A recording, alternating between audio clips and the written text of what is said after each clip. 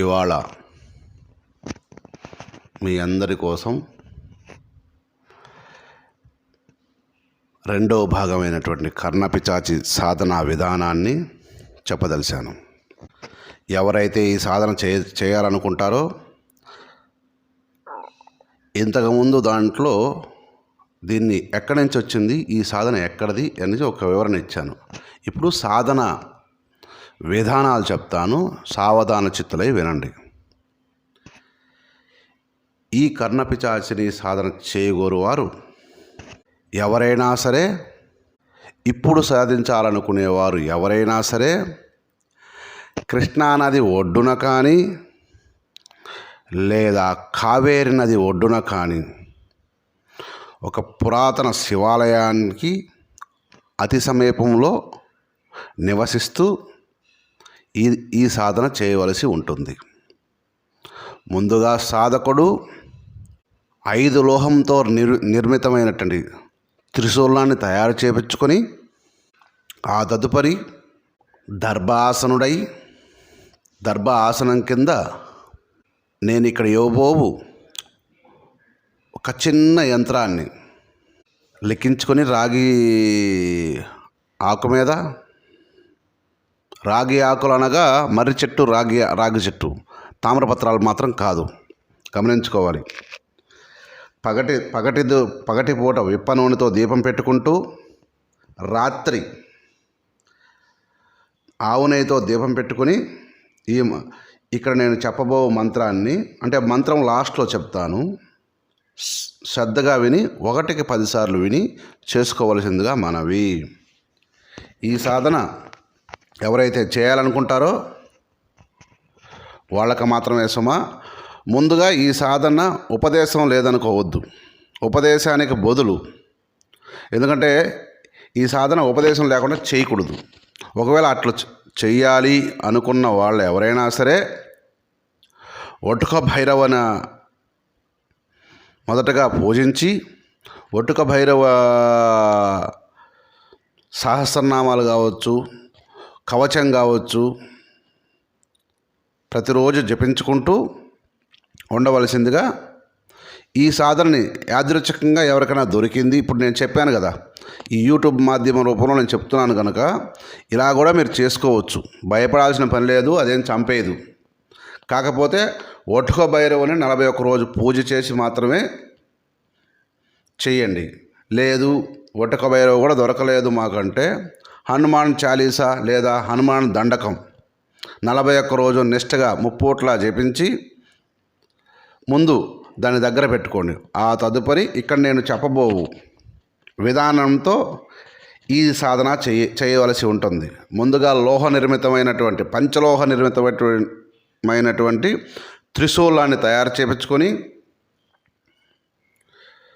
ఒక దగ్గర దాన్ని ప్రతిష్ఠించుకొని సాధన చేయవలసి ఉంటుంది. అది కూడా నది పక్కన కృష్ణా నది కానీ కావేరి నది కానీ ఈ 2 నదుల మధ్యనే ఇప్పుడు ఈ విద్య సిద్ధిస్తుంది.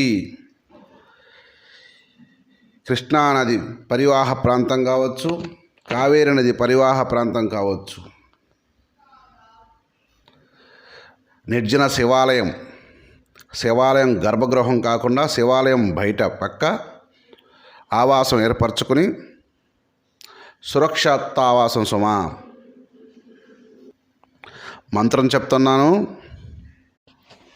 ఓం నమః కర్ణపిశాచిన్యే క్లీం మోదసత్యవాదినే మాం కర్ణే అవతరాతీత అనాగత నాగత దర్శయ మాం భవిష్యంతు ఖదయ హ్రీం క్లీం కర్ణపిశాచిన్యే హ్రీం క్లీం హ్రీం స్వాహ. 1కి 10 సార్లు వినండి. మళ్ళా చెప్తున్నాను, 1కి 10 సార్లు వినండి, చిన్నగా వినండి, రాసుకోండి, జాగ్రత్తగా చెయ్యండి. రాత్రిపూట విప్పదీపంతో, పగటిపూట నెయ్యి దీపంతో వెలిగించి ఈ మంత్రాన్ని పఠించి ప్రతిరోజు మీరు తయారు చేయించుకున్న త్రిశూలాన్ని మాత్రమే పూజించాలి సుమా. గమనించుకోండి, పంచలోహ త్రిశూలము. గమనించుకోండి, పంచలోహ త్రిశూలము, లోహ నిర్మిత త్రిశూలము. అంగట్లో దొరికే త్రిశూలం పనికిరాదు. అది చిన్నదైనా పెద్దదైనా మీరు సొంతగా తయారు చేయించుకోండి, అది మాత్రమే పనిచేస్తుంది. గమనించుకోండి ముందే.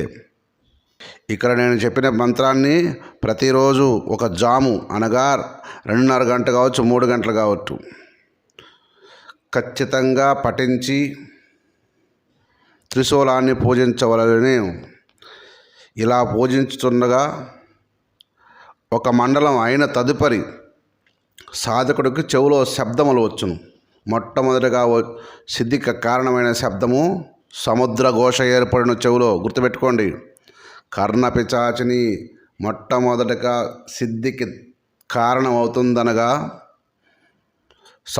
చెవులో సముద్ర ఘోష వినపడును. గమనించుకోండి, ఎవరైతే సాధన చేస్తున్నారో వారు గమనించుకోవాల్సిందిగా మనవి కదా, ఆజ్ఞ. జాగ్రత్తగా చేసుకోండి. అంటున్నాను, మిమ్మల్ని బతిలాడట్లేదు, నేను ఆజ్ఞాపిస్తున్నాను. చేసుకోండి, భద్రంగా చేసుకొని సుఖించండి. మళ్ళా చెప్తాను, పగటిపూట విప్ప నూనెతో దీపం పెట్టుకొని చేయవలను. రాత్రిపూట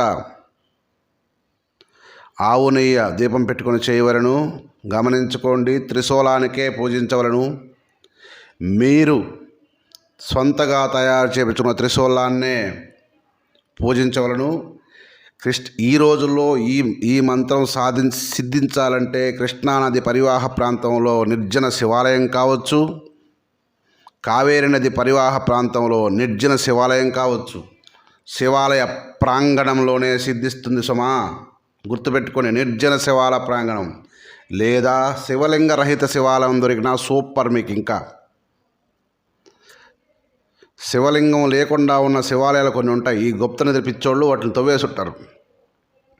అటువంటి శివాలయాలు దొరికినా మీకు చాలా బాగుంటుంది. ఈ 2 నదుల పరివాహ ప్రాంతంలోనే నేడు ఈ కర్ణపిశాచి సిద్ధి కలుగుతుందని అనేది సత్యం.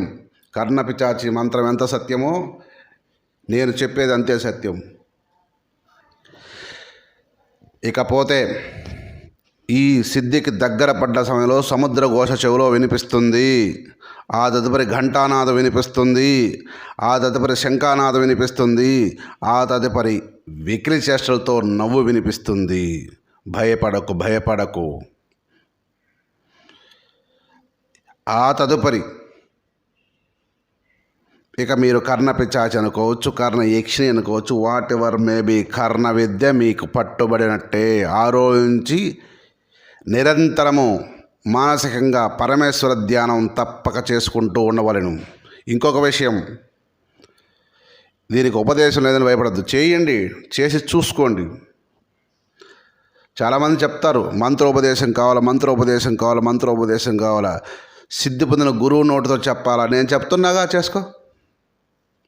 ఉపదేశం ఇదే అనుకో, చేసుకోపో, కానీ భద్రంగా చేసుకో. భద్రం అని ఎందుకు అంటున్నా అంటే, ఇంతకుముందు చెప్పున్నాను, హనుమాన్ చాలీసా కానీ, లేదా హనుమాన్ దండకం కానీ, లేదా కాలభైరవ అది కావచ్చు, ఒటక భైరవ కావచ్చు. ఈ భైరవుల్లో ఎవరైనా సరే ఒక భైరవుడిని మీరు గట్టిగా పట్టుకోండి. ఏ భైరవుడు దొరకలేదనుకో, పెద్ద ఆయన ఉన్నాడు శివుడు, ఓం నమ శివాయ 5 రక్షలు చేయండి. ఈ మంత్రాన్ని మీరు చేసుకోండి, అదే గురుమంత్రం అనుకోండి. ఎందుకంటే మీరు గురువును ఎత్తుక్కుంటూ తిరిగితే ఈ ప్రపంచంలో దొరకరు. ఎత్తుక్కుంటానే ఉంటావు గురువుని, నీ ఇష్టం. ఇంకా ఎక్కడా కర్ణపిశాచి మంత్రం మీకు దొరకదు. ఇక్కడ నేను చెప్పా, చూసుకోండి. అసలు సిసలైన మంత్రం సుమా. జాగ్రత్తగా మెసులుకోండి, జాగ్రత్తగా చేసుకోండి. సర్వే జన సుఖినో భవంతు. మంత్రాభిలాషరారా, మంత్ర సిద్ధిని బడయగోరుతున్నాను మీ అందరి చేత. అంతే, ఇంకంతకంటే చెప్పేది ఏం లేదు. ప్రశాంతంగా నేను చెప్పినట్టు చేసుకోండి. ఏమైనా డౌట్లుంటే కింద కామెంట్స్ పెట్టండి, వీలైనంత వరకు ప్రతి కామెంట్కి నేను రిప్లై ఇస్తాను, నేను ఖాళీగా ఉన్న సమయంలో చూసుకొని. నేను చెప్పింది ఇక్కడ కొన్ని మీరు ఏమైనా డౌట్లు ఉంటే సాధన చేయాలనుకునే వాళ్ళు మాత్రమే సుమా, టైంపాస్కి మాత్రం కామెంట్లు పెట్టకూడదు. మీరు చూసుకోండి, ఎంజాయ్ చేసుకోండి. సర్వే జన సుఖినో భవంతు.